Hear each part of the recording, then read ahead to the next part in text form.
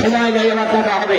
ভুল ত্রুটি মাফ করবেন এবং কি ভুল ত্রুটি দোয়া করবেন। আপনারা বিশ্বাস করেছেন না যে আমাদের 1 সাল পর্যন্ত আমরা দেখেছি কদম ছিলেনের মানুষরা গোপালপুর যাওয়ার জন্য ভোটপাড়া হয়ে ঘুরে যেতে হতো।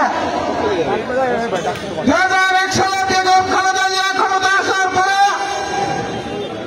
মনিরুদ্দিন আকুন্দার গোপালপুর ধানাইদার গোপালপুর রাজাপুর রোড সহ বিভিন্ন এলাকার রাস্তাঘাট উন্নয়ন আমরা করেছি।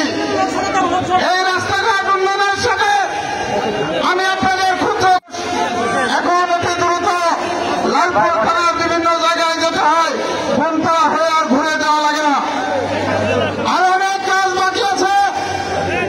এই যে কদম ছিলেন ইঞ্জিনের শ্বশুরের রাস্তা বন্ধ এখনো অপেক্ষা করতে পারে নাই।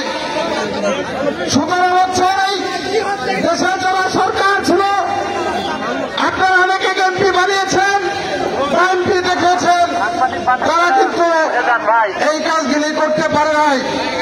আগামী দিনে কদম ছিলেন সহ সারা লালপুর বাগাতিপাড়ার মানুষের উন্নয়ন করতে হবে। সবাইকে এমপি বানিয়ে উন্নয়ন হয় না, আপনারা বিগত দিনে দেখেছেন। উন্নয়ন জানতে হবে, উন্নয়নের টাকা কোথায় আছে সেটার জন্য পরিশ্রম করতে হয়। আজকে কদমবাসীর প্রতি কৃতজ্ঞ। এই দুর্গম এলাকায় আপনারা হাজার হাজার নেতা কর্মীরা এক জায়গায় হয়েছেন। বেগম খালেদা জিয়া তারেক রহমানের ফেরি নিয়ে আমরা আপনাদের কাছে যাচ্ছি, আপনাদের মানুষের দাঁড়িয়ে দাঁড়িয়ে যাচ্ছে।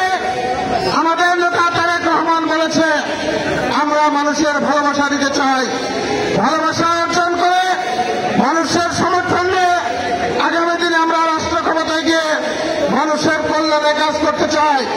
লালপুর বাগাতিপাড়ার মানুষ খালেদা জিয়া তারেক রহমানের সেই কথা রেখে আমরা খালেদা জিয়া তারেক রহমানের সেই ঝুড়ি নিয়ে আপনাদের দাঁড়ে দাঁড়ে ভিক্ষা করছে।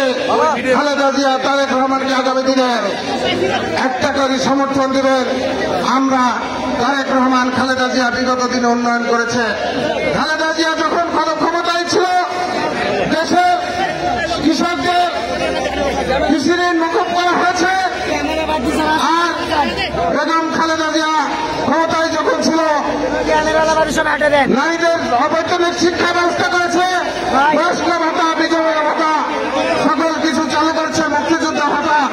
আগামী দিনে বেগম খালেদা জিয়া তারেক রহমান যদি বাংলাদেশের রাষ্ট্র ক্ষমতায় আসে অবশ্যই এর পরিমাণ আরো বৃদ্ধি পাবে। লালপুর বাগাতিপাড়া নয়, সারা বাংলাদেশের নয়, লালপুর বাগাতিপাড়াকে একটি মডেল এলাকা ঘোষণা তৈরি করা হবে এই অঞ্চলের মানুষের।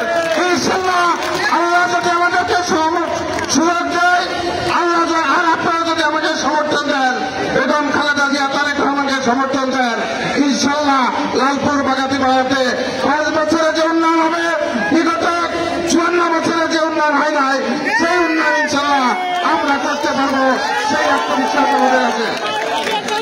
আজকে দেশে সংগ্রামী ভাইরা বিগত 17 বছর আপনাদের কর্মী হিসেবে রাজপথে ছিলাম, কখনো জেলখানায় ছিলাম। এই অঞ্চলে আমি দেখেছি আমাদের কর্মী বিএনপি সহ বিরোধী দলের নেতা কর্মীদের বহুদের পর্যন্ত আসামি করা হচ্ছে।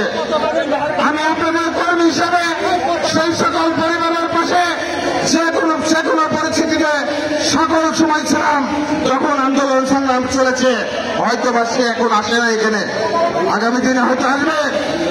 আমি বলতে চাই লালপুর বাগাতিপাড়া কদম ছিলেনের কোন মানুষ আমার কাছে গিয়েছে আমি সাহায্য করি নাই এমন কোন ইতিহাস নাই। আমি আপনাদেরকে বলতে চাই এই মাটিতে আমার জন্ম, এই মাটিতে আমার মৃত্যু হবে। আপনাদের জানাজা নিয়ে আমি কবরে যেতে চাই। অনেক মানুষ আসবে, কোথায় তার জন্ম, কোথায় তার ঠিকানা, ভোট দিয়ে আবার চলে গেছে, আগামী দিনে হয়তো চলে যাওয়ার চেষ্টা করবে। সেই কারণে আপনাদেরকে সজাগ থাকতে হবে। আজকে দেশের মধ্যে ষড়যন্ত্র চলছে। রঞ্জিতরা বলেছে 17 বছর ভোটারবিহীন সরকার ক্ষমতায় থেকে মামলা হামলা দিয়ে নির্যাতন খুন গুম করে রাষ্ট্র ক্ষমতায় থেকেছে। এখন আবার নতুন করে ষড়যন্ত্র চলছে। কখনো সচিবালয়ে আগুন দিচ্ছে, কখনো বিভিন্ন আলটিমেটাম দিচ্ছে। শেখ হাসিনার প্রেতাত্মারা বাংলাদেশের মধ্যে কিন্তু ষড়যন্ত্র অব্যাহত রেখেছে। আমি বলতে চাই, বাংলাদেশের ছাত্র জনতা, আমরা রাজনৈতিক নেতা সেদিনকে আন্দোলন সংগ্রামে আমিও আপনাদের কর্মী হিসাবে রাজপথে, ঢাকার রাজপথে ছিলাম। সেদিনকে ভয় পাই না রক্তচক্ষুকে, ভয় পাই না বুলেট বোমাকে। আগামী দিনেও ইনশাল্লাহ তারেক রহমান বেগম খালেদা জিয়ার নেতৃত্বে আমরা এই দেশের বিরুদ্ধে যত ষড়যন্ত্র হবে, ভারত করুক আর যারাই করুক আর শেখ হাসিনাই করুক, কোন ষড়যন্ত্র কাজ হবে না। ষড়যন্ত্র মোকাবেলা করার জন্য বেগম খালেদা জিয়ার সৈনিক, তারেক রহমানের সৈনিক রাজপথে থাকার জন্য সকল সময় প্রস্তুত আছে। সেই কারণে আপনাদেরকে বলবো, আগামী দিনে আমাদের কর্মীদেরকে মানুষের দ্বারে দ্বারে যাবেন, মানুষকে বুঝাবেন বেগম খালেদা জিয়ার পক্ষে